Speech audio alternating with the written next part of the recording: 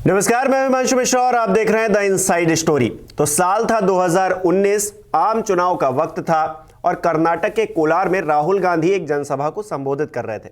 इस दौरान उन्होंने कुछ ऐसा कह दिया जिसका खामियाजा उन्हें 2023 में आकर भुगतना पड़ रहा है।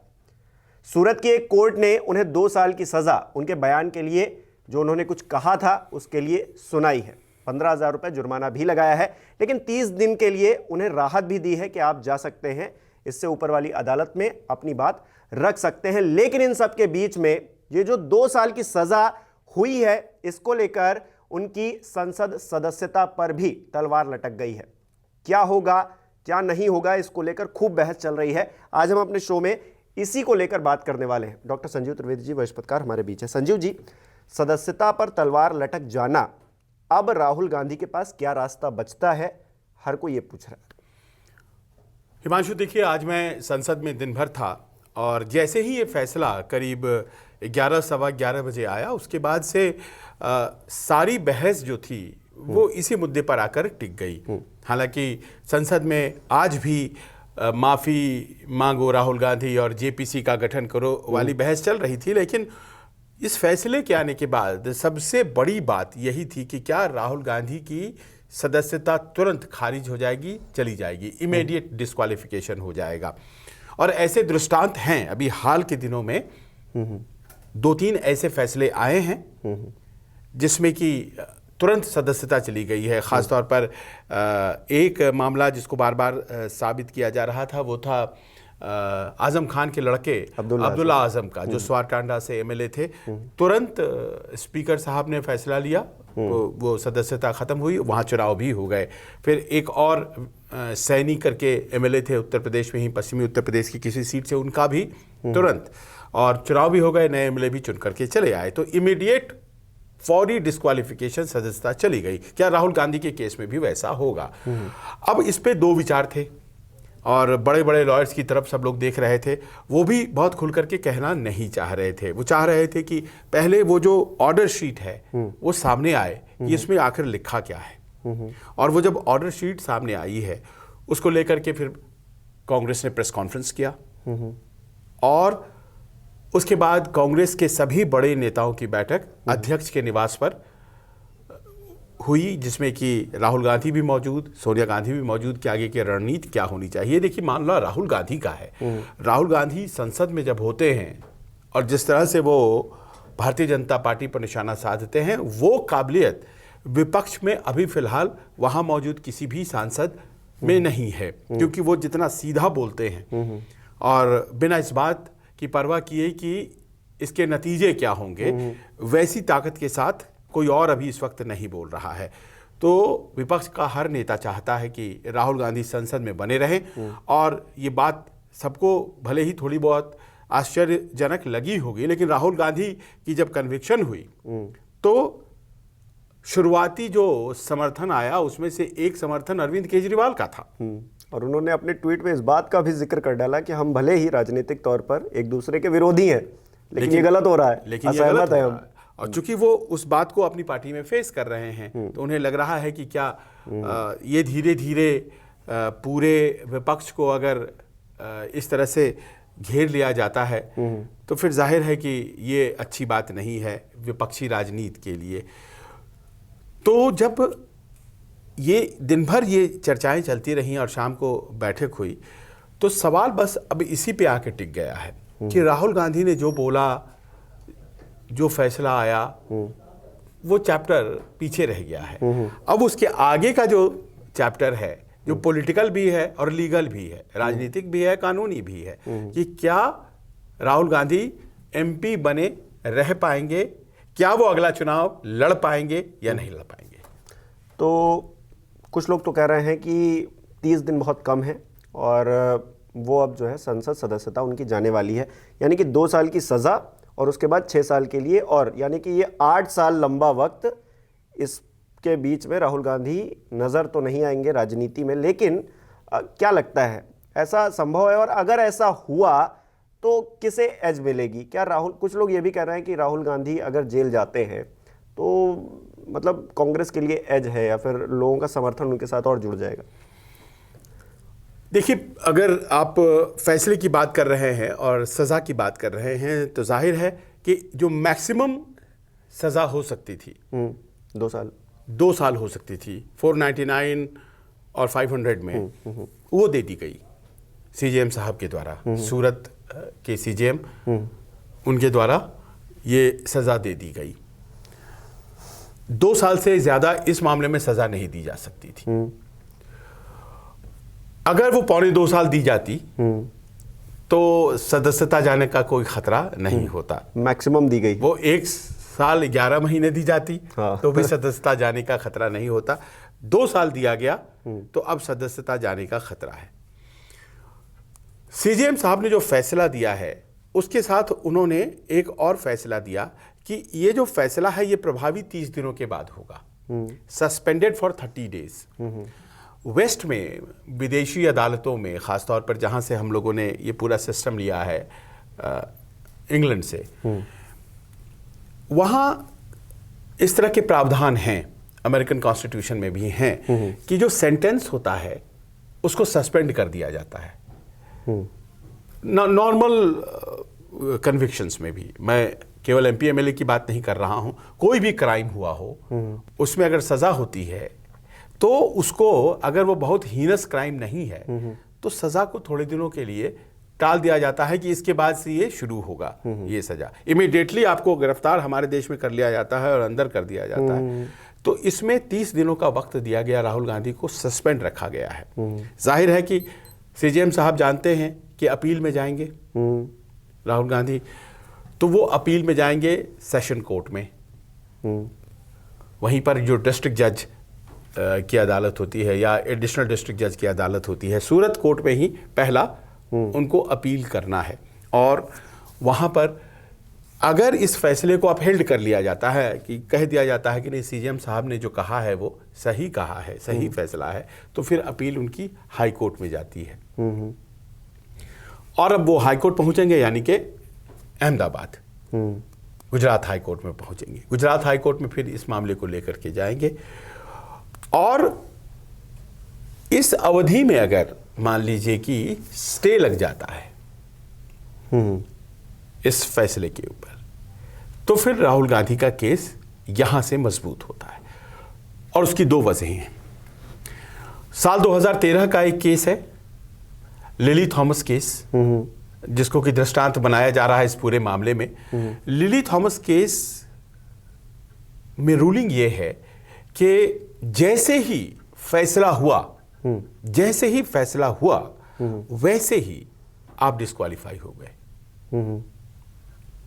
जैसे ही फैसला हुआ इमीडिएट डिस्क्वालिफिकेशन आपका हो जाता है। जो प्रक्रिया विशेष है वो स्पीकर साहब कर देंगे या जिस भी सदन के आप सदस्य हैं वो हो जाएगा। अगर आप सदस्य नहीं हैं तो इमीडिएट डिस्क्वालिफिकेशन का प्रश्न नहीं उठता है, लेकिन अगले जितने वर्ष, जैसे मान लीजिए 2 साल का सजा मिला है तो और 6 वर्ष और आप 8 साल आप चुनाव नहीं लड़ पाएंगे। तो ये 2013 का केस था, बड़ा ही स्ट्रिंजेंट था। तो लिली थॉमस केस इसको कहते हैं। इस केस के हिसाब से तो तुरंत सदस्यता चली जानी चाहिए थी और कोई भी राहत की बात नहीं थी। पर राहुल गांधी के मदद में आया 2018 का लोक प्रहरी केस। लोक प्रहरी केस में यह प्रावधान है कि अगर वो सस्पेंडेड है, डिस्क्वालिफिकेशन जो है, जो सजा है वो 30 दिनों का सस्पेंशन है, तो अगर कोई अवधि है जिसमें सस्पेंशन सजा का हुआ पड़ा है और उसमें वो अपील करने में सक्षम होता है और वो सुपीरियर कोर्ट से, सुपीरियर कोर्ट का यहाँ हुआ सीजेएम कोर्ट के ऊपर सेशन कोर्ट सूरत की अदालत में, या फिर गुजरात हाई कोर्ट या फिर सुप्रीम कोर्ट, इस 30 दिन की अवधि में अगर वो रिलीफ हासिल करने में, रिलीफ का इस संदर्भ में मतलब हुआ स्टे, अगर वो स्टे लगवाने में सफल हो जाते हैं तो न केवल उनकी सजा पर स्टे लगेगा बल्कि उनके डिस्क्वालिफिकेशन पर भी स्टे लग जाएगा। तो ये 30 दिन का जो समय है ना, यही क्रूशियल और यही सबसे बड़ा बेनिफिशियल पॉइंट है राहुल गांधी के केस में कि उन्हें खुद सीजेएम ने ये 30 दिन दे दिया एक तरह से कि आपकी सजा सस्पेंडेड रहती है। और मान लीजिए कि ये जो फैसला आज 23 मार्च को आया है, ये 23 अप्रैल को आया। एक तरह से उन्हें ये एक महीने का दे दिया उन्हें। अब इस एक महीने का कैसे इस्तेमाल करती है कांग्रेस पार्टी, इसलिए ताबड़तोड़ बैठकें चल रही हैं। अभी ये भी खबर है कि अभिषेक सिंघवी जो कि सबसे बड़े अधिवक्ता कांग्रेस पार्टी के, पी चिदम्बरम सबसे बड़े अधिवक्ताओं में से एक, मनीष तिवारी बड़े अधिवक्ता, तो ये तमाम लोग की मुलाकात राहुल गांधी से हुई है अपने अपने तरीके से, और सब रीच आउट कर रहे हैं और जो निकल सकता है इसमें राहत, उस राहत की गुंजाइश को टटोल रहे हैं। यानी कि 2013 का जो केस था, लिली थॉमस केस, वो तो फंसा देता था, लेकिन 2018 का जो लोक प्रहरी का केस है, उसमें सुप्रीम कोर्ट का डिसीजन है कि अगर सस्पेंशन वाले पीरियड में कोई जो जिसके ऊपर कन्विक्टेड जो व्यक्ति है वो ऊपरी अदालत से जाकर के राहत प्राप्त कर लेता है, तो फिर न केवल उसकी सजा सस्पेंड हो जाती है, उस पर रोक लग जाती है, बल्कि उसके डिस्क्वालिफिकेशन पर भी रोक लग जाती है। Prevention of the peoples act 1951, उसकी रिप्रेजेंटेशन ऑफ पीपल्स एक्ट, हाँ, उसकी 8 की 3 और 4, इसकी बात बहुत हो रही है। धारा 8 की 3 और 4 की बात बहुत हो रही है। राहुल गांधी ने एक पन्ना फाड़ा था, उससे भी ये जुड़ता है, जरा वो क्या आप समझा पाएंगे? देखिए, representation of people act section 8 clause 3, उसमें यह है कि आप अगर MP MLA हैं और आपका कन्विक्शन किसी ऐसे मामले में हुआ जिसमें 2 साल या 2 साल से ज्यादा की सजा होती है, तो तुरंत आपकी सदस्यता चली जाएगी। बड़ा स्पष्ट कर दिया गया उसमें।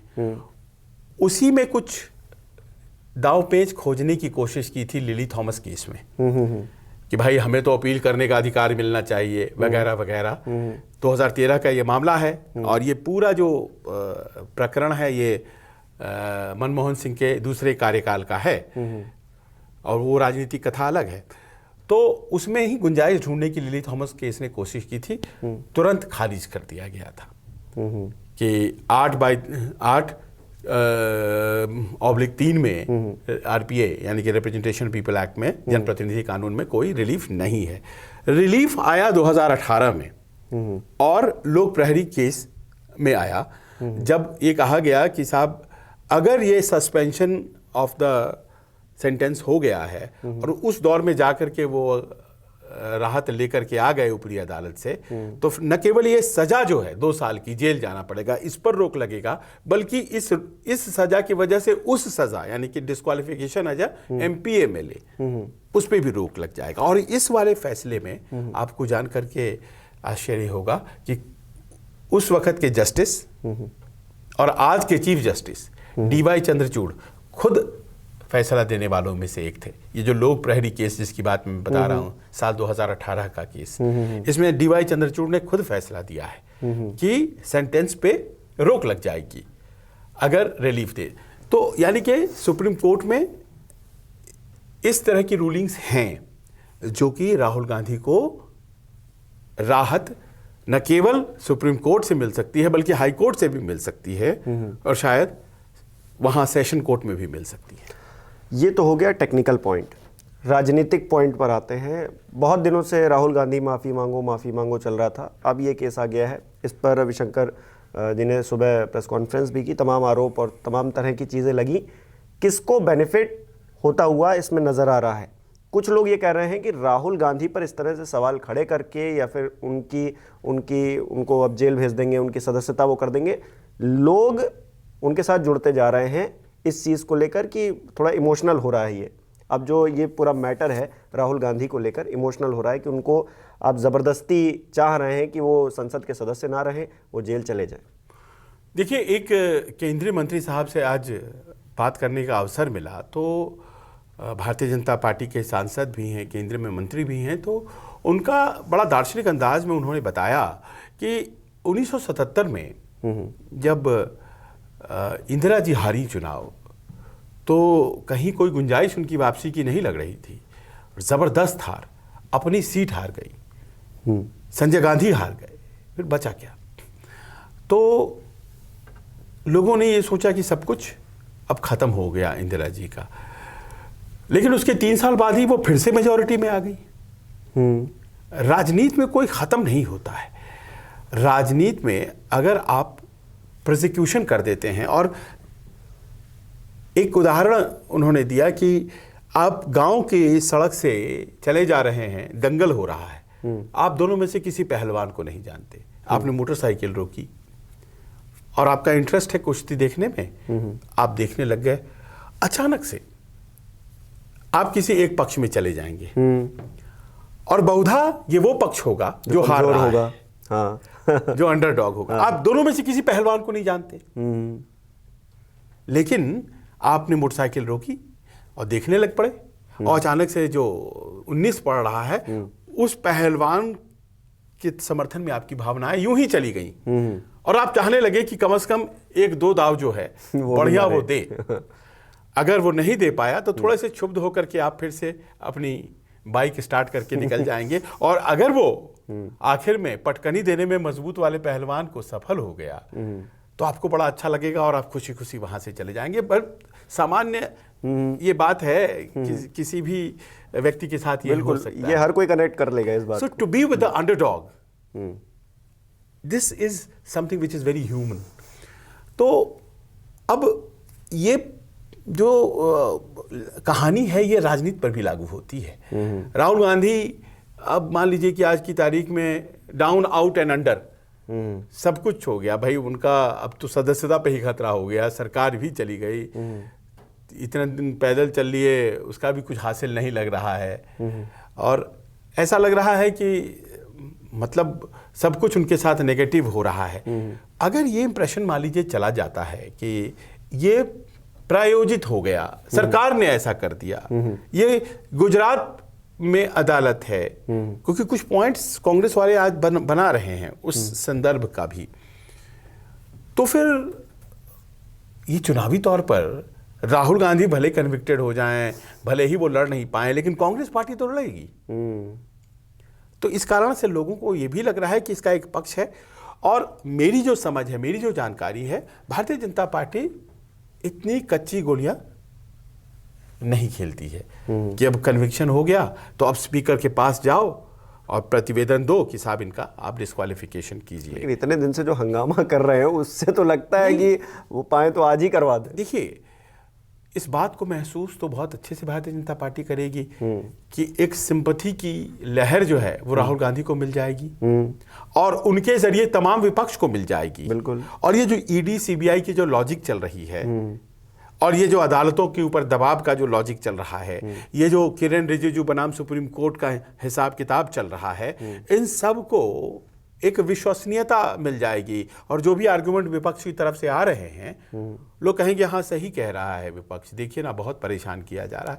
ये लाइन जो है बहुत डेंजरस हो सकती है। बड़े से बड़े नेताओं को इसने वैंक्विश कर दिया है, तो ये कतई भारतीय जनता पार्टी नहीं करेगी। और मेरी भी जानकारी यही है कि उनके सांसदी चली जाए, इस बारे में अभी भारतीय जनता पार्टी थोड़ी पीछे है, वो ये नहीं चाह रही है कि वो चली जाए।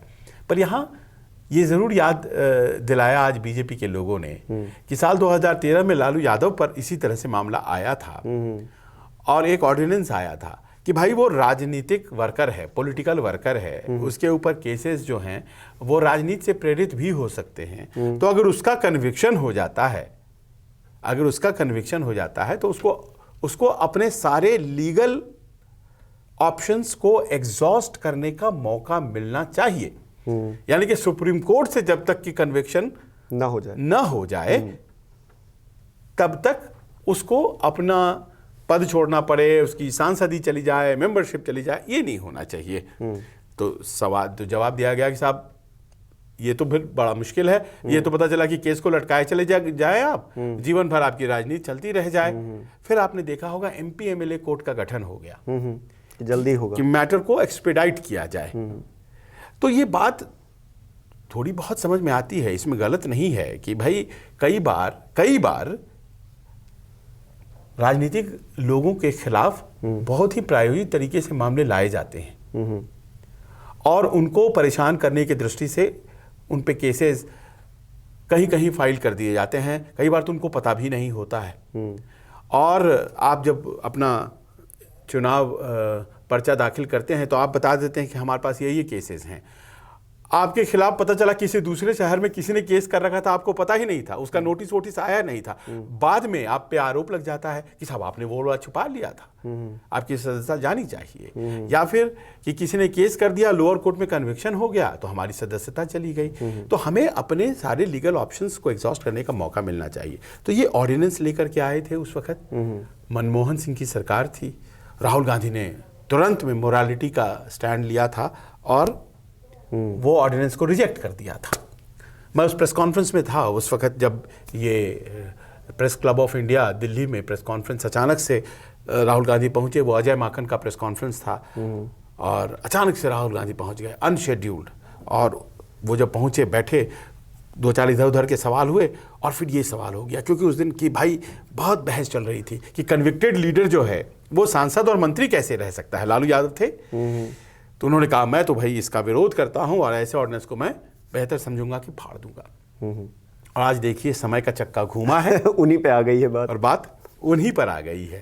लेकिन उनको थोड़ी राहत है, उनका जो सेंटेंस है वो सस्पेंडेड है 30 डेज के लिए, तो तुरंत उनकी सांसदी नहीं जाएगी। और अगर वो राहत ले आते हैं, ऊपर से रिलीफ ले आते हैं ऊपरी अदालत से, तो वो बचे रहेंगे। और दूसरा, राजनीतिक भी भारतीय जनता पार्टी फिलहाल इस मोड में नजर नहीं आती है कि वो आगे बढ़ करके, जो हमारी जानकारी है, वो सांसदी लेगी।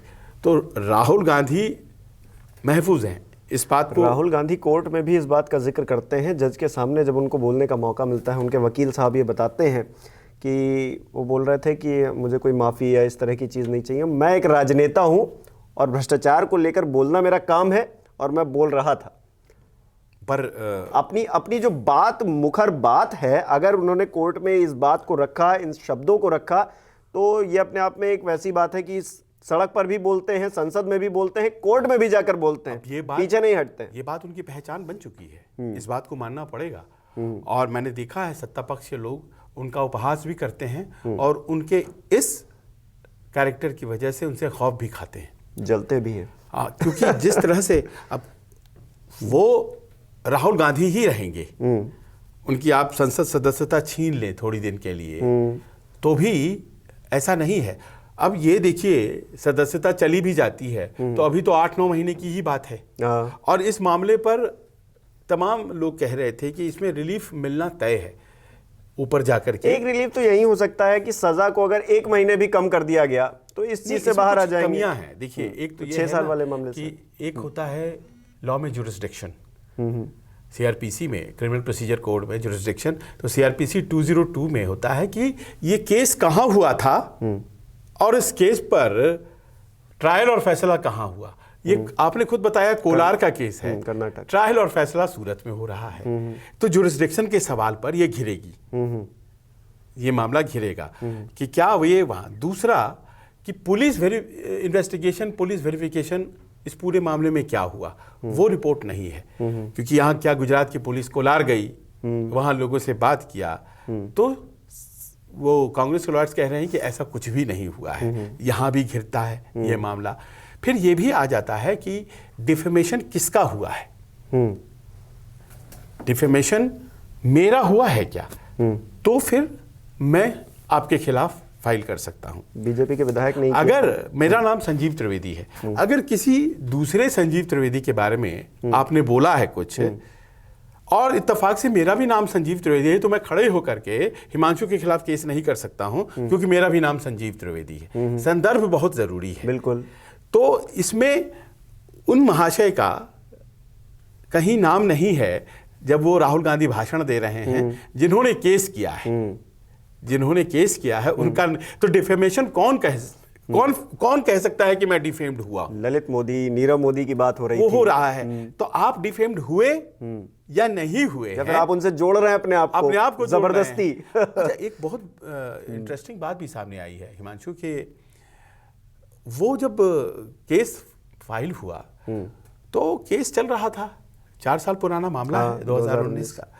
अचानक से जो कंप्लेनेंट हैं वो चले गए गुजरात हाई कोर्ट। केस चल रहा है सूरत में, वो गुजरात हाईकोर्ट चले गए और बोले कि स्टे लगाया जाए, इस केस के प्रोसीडिंग पर स्टे लगाया जाए। जो केस सूरत में चल गई, खुद ही कंप्लेनेंट हैं और खुद ही चले गए हाई कोर्ट और बोले मेरे ही जो कंप्लेंट पे जो केस चल रहा है, ट्रायल चल रहा है, उस पर स्टे लगाया जाए। अब ये बड़ा स्ट्रेंज था। उसके थोड़े दिनों के बाद सीजीएम साहब बदल गए।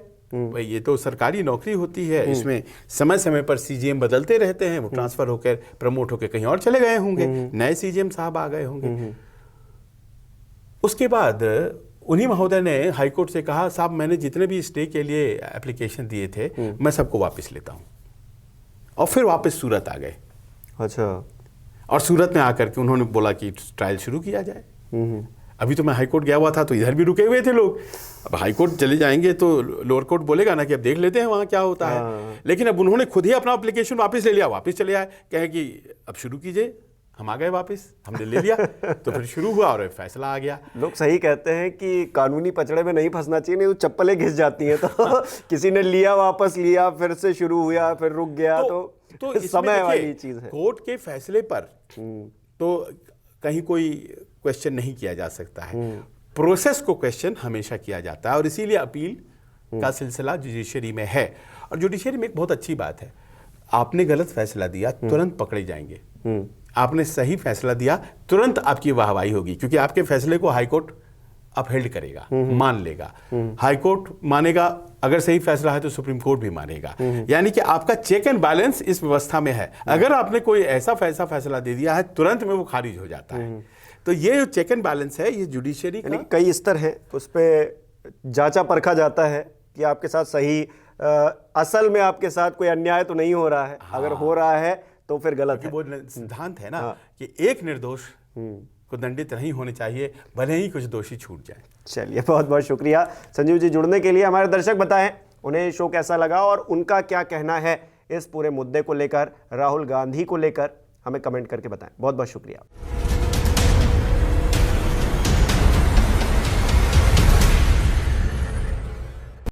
नमस्कार, मैं हूं मानक गुप्ता। अगर आपको हमारा ये वीडियो पसंद आया हो तो इसे लाइक और शेयर जरूर करें, और हाँ, हमें सब्सक्राइब और फॉलो करना ना भूलें, ताकि आप देश और दुनिया की कोई खबर मिस ना करें। तो जुड़े रहिए हमारे साथ और देखते रहिए News 24।